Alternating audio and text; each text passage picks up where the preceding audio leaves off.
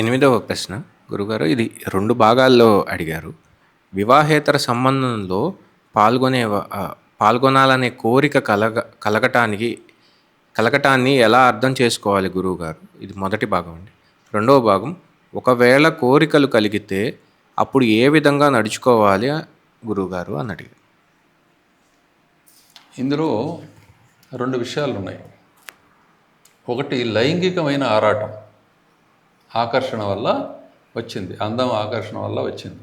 అది వివాహేతరంగా అది ఉండొచ్చా ఉండకూడదా అన్నది ఆ జంట నిర్ణయించుకుంటుంది వాళ్ళు. ఇక లేకపోతే ఆ వ్యక్తిగతంగా అతను నిర్ణయించుకుంటాడు. అసలు మానసికంగా వాళ్ళిద్దరూ కూడా ఏ ఉద్దేశంతో అయితే వాళ్ళు కలిశారో, అంటే ఏ ఉద్దేశంతో పెళ్లి చేసుకున్నారో, ఆ ఉద్దేశాన్ని నెరవేర్చడం కాకుండా వేరే దాంట్లోకి వెళితే అది దోషం అవుతుంది. అర్థమవుతుందా?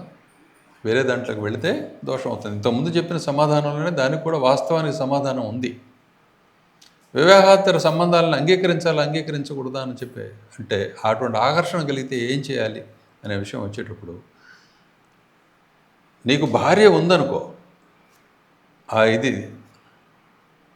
అప్పుడు ఇంకొకళ్ళ మీదకి నీ మనసు పోతూ ఉంది అంటే అవతల ఇష్టం లేని దాని మీదకి పోవటము, లేకపోతే నిన్ను ఇష్టపడే వాళ్ళ మీదకి పోవటం అనే 2 విషయాలు ఉత్పన్నం అవుతాయి.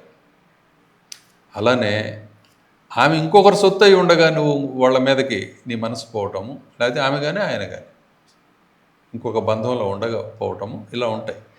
ఆ బంధాల యొక్క స్వరూపం ఎలా ఉంటుందన్నది దాన్ని బట్టి ఉంటుంది. ఇప్పుడు దేవతలు వీళ్ళు ఉన్నారు, వాళ్ళ దగ్గరికి వచ్చేటప్పటికి ఈ నియమాలు లేవు, అవి వేరే రకంగా ఉన్నాయి. ఆ నియమాలు కూడా ఎలా ఉన్నాయని చెప్పంటే, ఒకసారి ఒక భాష చేసిన తర్వాత, ఒక మనసు ఒప్పుదల అయిన తర్వాత ఆ కాలంలో మళ్ళీ ఇంకొక వైపు చూడటం తప్పు అని చెప్పబడుతాం.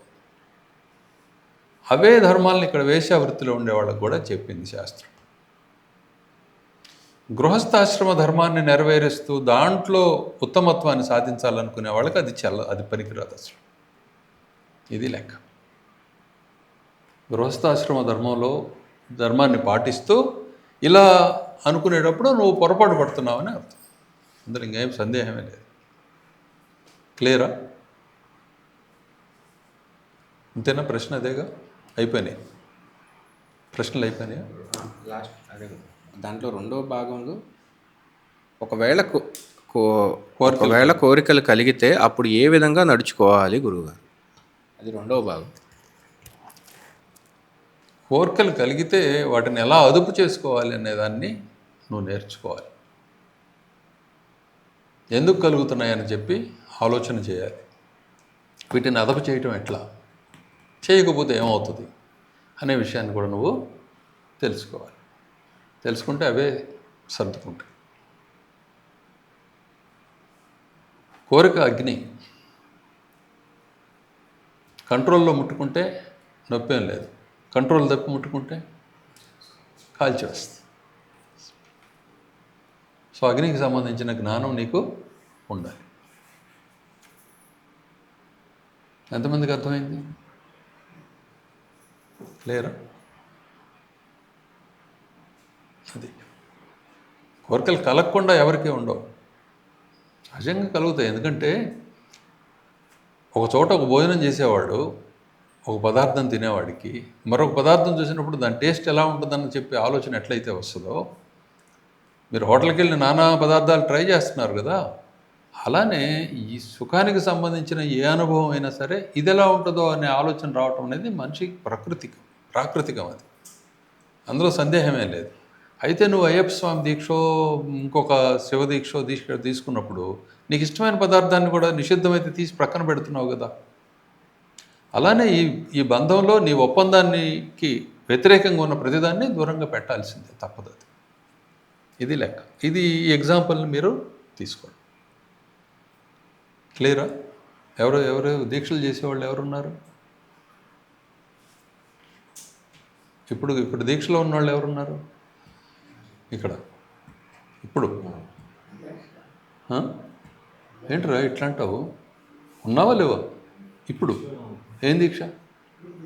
అది గురుదీక్షలో ఉన్నాడంట. గురుదీక్షలో ఉన్నప్పుడు ఏంటి, దానికి తగ్గట్టుగానే ఉండాలి. విధి నిషేధాలు అక్కడ ఏముంటాయో వాటి దానికి తగ్గట్టుగా ప్రవర్తించాలి. నేను ఇప్పుడు ఒకప్పుడు దీక్ష చేశాను, ఇప్పుడు దీక్షలో లేనన్నావు అనుకో, ఇప్పుడు ఉన్నదేంటి? మరి వాడికి గుర్తుంది, మీకెవరు గుర్తులేదు. ఎందువల్ల? ఎప్పుడు అందులో ఉండటం వల్ల తెలియలేదని అంటారు.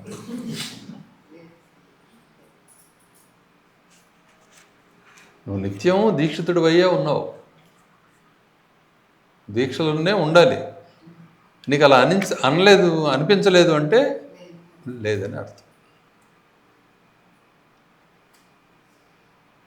అర్థమైందా?